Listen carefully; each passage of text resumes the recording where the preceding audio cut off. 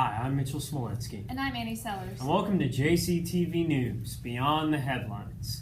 For our first story today, we're going to send it to our man on the street, Chris Hill. Hey, John Carroll. So this week, after seeing SGA elections starting and then, the 2016 presidential elections, I decided to ask the question that if you could be president, what would be your first order?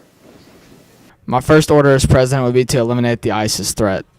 In 17 years, when I become the president, at the youngest age, of course, the first thing that I will do is, if it's not already done, is rebuild the infrastructure of our bridges and roads. I'm sick and tired of driving over stuff and hitting potholes left and right.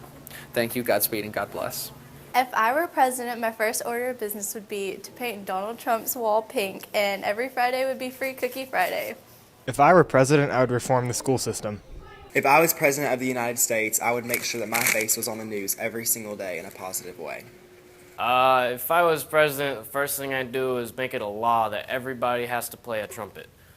If I was president, my first order would be that every day Chick-fil-A would serve chicken minis all day long. If I were president, the first thing I would do is give free mows to everyone every Monday, Joey bag of donuts.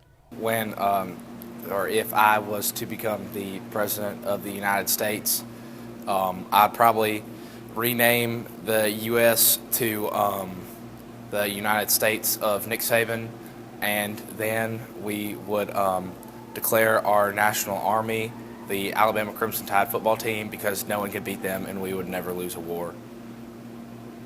Sounds like a lot of good presidential ideas. So that's all for this week. Back to you, Annie and Mitchell. Thanks, Chris. And now it's time for your Boss Danny report.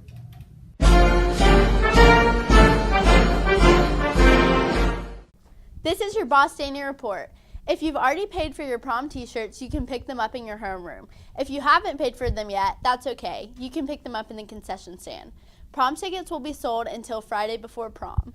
This Friday is our Relay for Life. The event begins at 5 p.m. and you can come out and enjoy some crawfish, all you can eat for $15.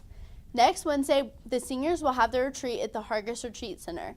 Thanks, John Carroll, and I hope you have a great week. Thanks, Evelyn. And now let's send it to field reporter Alexis Glenn. Thanks, guys. So this Friday is Relay for Life. This fundraiser benefits the American Cancer Society. It costs $10 to enter and $15 additional for the all-you-can-eat crawfish.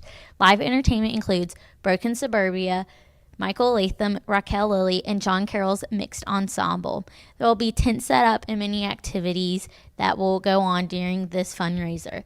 It's for a great cause, so please come out and support. It goes from 4 p.m. to 12 a.m. Hope to see you all there. Back to you, Mitchell and Annie. Thanks, Alexis. And now it's time for your weatherman, Patrick Kolar. All right, John Carroll, it's time for your weekly weather forecast. Tomorrow, expect rain, with highs in the mid-60s and lows in the low 50s, with a 50% chance of rain. And on Friday, expect highs again in the mid-60s and lows of about 50 degrees, with a 70% chance of rain. On Saturday, expect highs in the mid-70s and lows in the mid-50s, with a partly cloudy day and a 10% chance of rain. On Sunday, we'll see highs near 80 degrees and lows in the mid-50s, with a humid day. On Monday, we'll see highs of about 80 degrees and lows in the mid-50s, with a 0% chance of rain and a partly cloudy sky. All right, John Carroll, that's your weekly weather forecast. Did you know that in the United States, most weather blows from west to east because of the jet stream? Mitchell and Annie, back to you. Thank you, Patrick.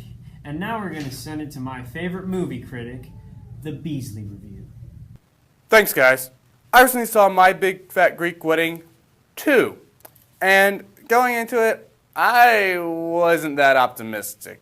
I mean, first off, it's a sequel, which means it's most likely not going to be that great. And then second of all, the advertising for the movie didn't really look all that great. And I went in and it looked like it was going to be, it's going to be one of these parents and kids have problems movies. But it wasn't that. But then it looked like it was going to be, it's just going to be one of those sequels where it's the exact same storyline, but just done with the younger generation, so it automatically makes it brilliant and new. But it wasn't that. It was something entirely new, and I was I was amazed by what it had to bring. And everyone from the original movie is back. And when I say everyone, I mean everyone. Everyone.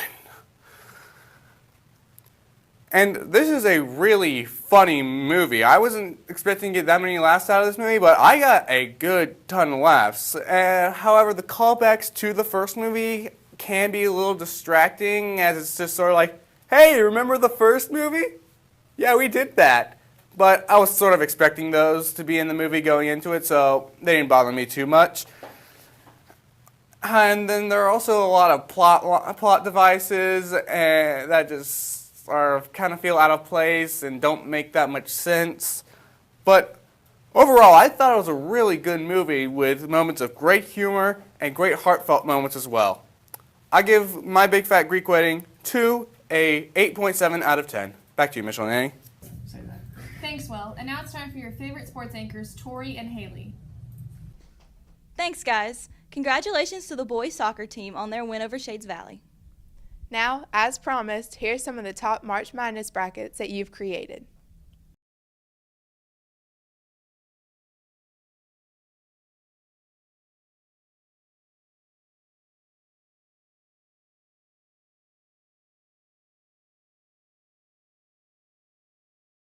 Great job on creating your brackets, and thank you guys for sharing with us. Now let's take a look at the upcoming events.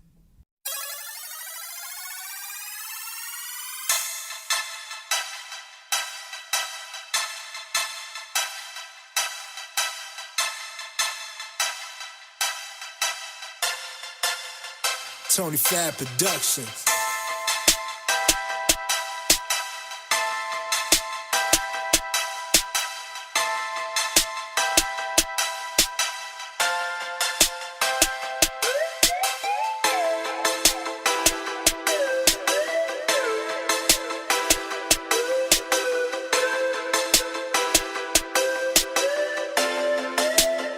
Exclusive Tony Fab. That's it for sports. Back to you, Mitchell and Annie.